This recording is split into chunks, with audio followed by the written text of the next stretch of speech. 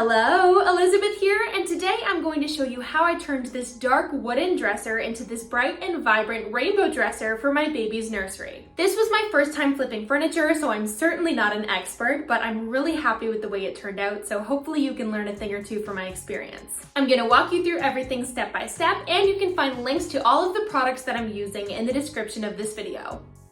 This dresser was left behind by the previous homeowners when our friends bought their house, and they didn't need it, so they passed it on to us. I started by wiping everything down with some hot soapy water. I took out each drawer and gave them a good cleaning, and I unscrewed and removed these silver handles. I'll be installing new handles that are a different size than these old ones, so I used some spackling to fill in the holes left behind by the previous handles.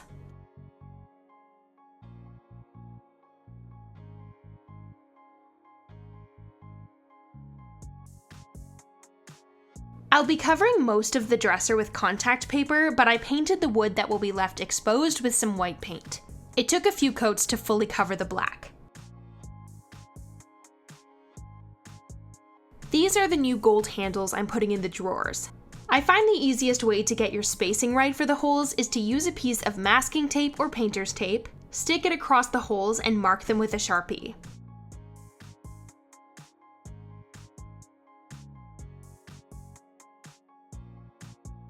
Then you can just peel off the tape and stick it onto the drawer wherever you want to place the handle, and you've got perfect spacing every time. My husband showed me what to do with the drill since I'm very new to all of this, and he suggested I make a little dent with this center punch tool where each hole will go, which helps to keep the drill where you want it and avoids bouncing outside of that spot. Then you can just stick the drill into that little dent you made and drill the hole through the wood. You want your hole to be big enough for the screw to fit through, but smaller than the head of the screw.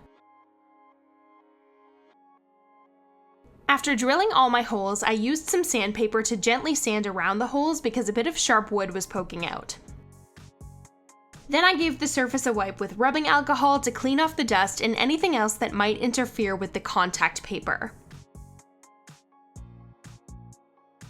I used a different color of contact paper for each of my drawers, and they came in these long rolls, which thankfully have the right dimensions to fully cover the drawers without needing to add multiple strips side by side. I cut them down to size and then peeled a bit of the backing at one end. Creasing the fold helps to keep it from curling up, and I started applying using a plastic scraper to press it down and avoid any bubbles along the way. I slowly peeled the backing and followed along with my scraper from one end of the drawer to the other. One layer probably would have been good enough, but it's just a teeny bit see-through, so I wanted to make the color super opaque, and I added a second layer the same way right on top. I did 2 layers with every color except for the purple. Then I took a sharp craft knife and carefully trimmed the excess contact paper around the edges of the drawer.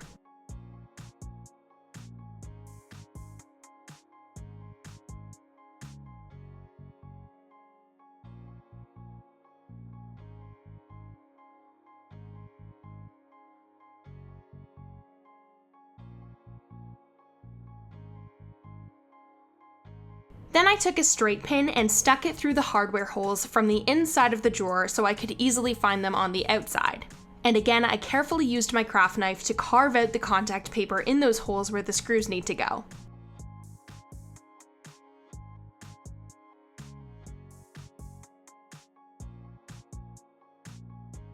Then I attached the new gold handle with the included screws.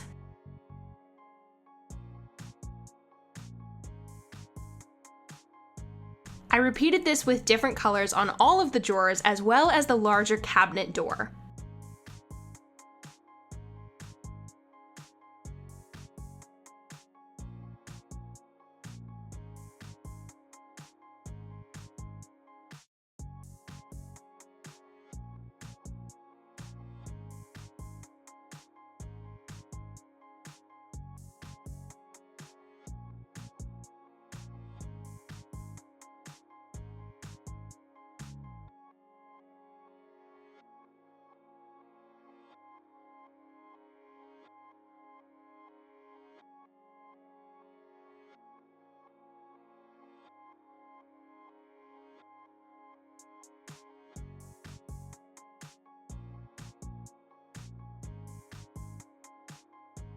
Next, I took some metallic gold washi tape and used it to cover the edges of the drawers.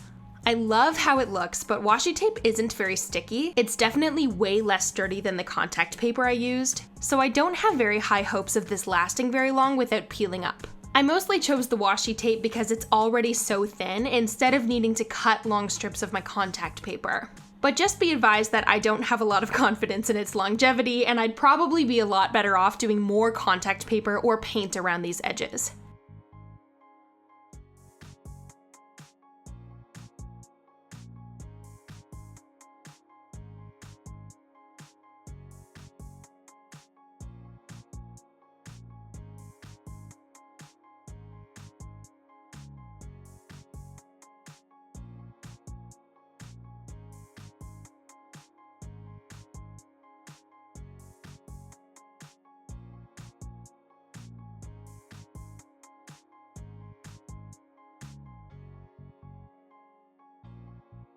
Next, I added some more colored contact paper on the sides of the dresser the same way I applied it on the drawers.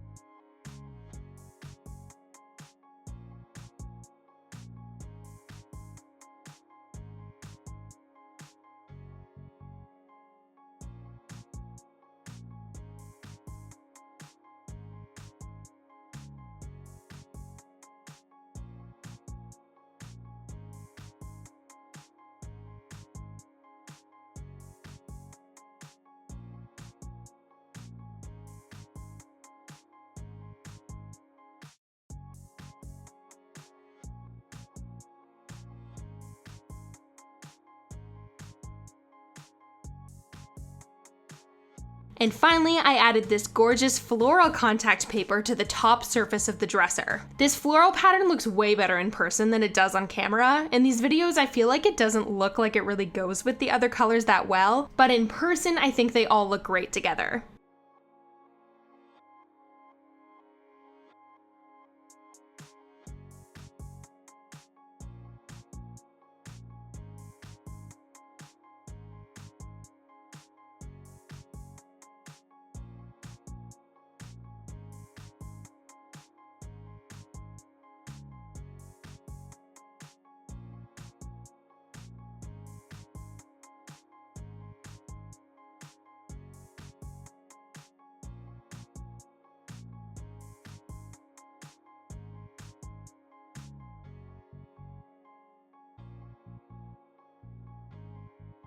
Then I put all my drawers back in and reinstalled the cabinet door, and here is the final result. I had so much fun flipping this dresser. I'm so excited about how it turned out, and I think it's gonna look great in my very colorful nursery once everything else is completed. The contact paper worked way better than I expected, and I definitely want to try using it on more projects in the future. Stay tuned for more videos of the rest of my nursery transformation.